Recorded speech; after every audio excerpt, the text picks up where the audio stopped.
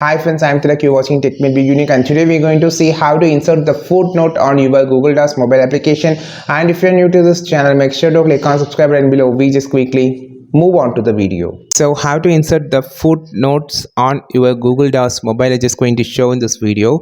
So first of all, we're just going to pick some template here. So I just choosing this particular template here. So we just going to insert the footnote.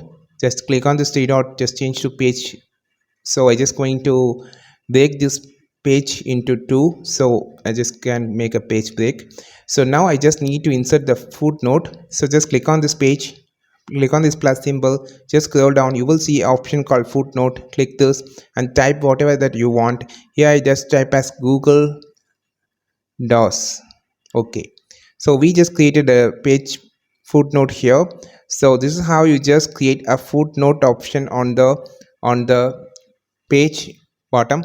And I think this video helped you a lot. Like this video, share this video, subscribe this channel. We will meet on next video with super valuable content. This is Tilak signing off from Tech Made Be Unique. Have a wonderful day.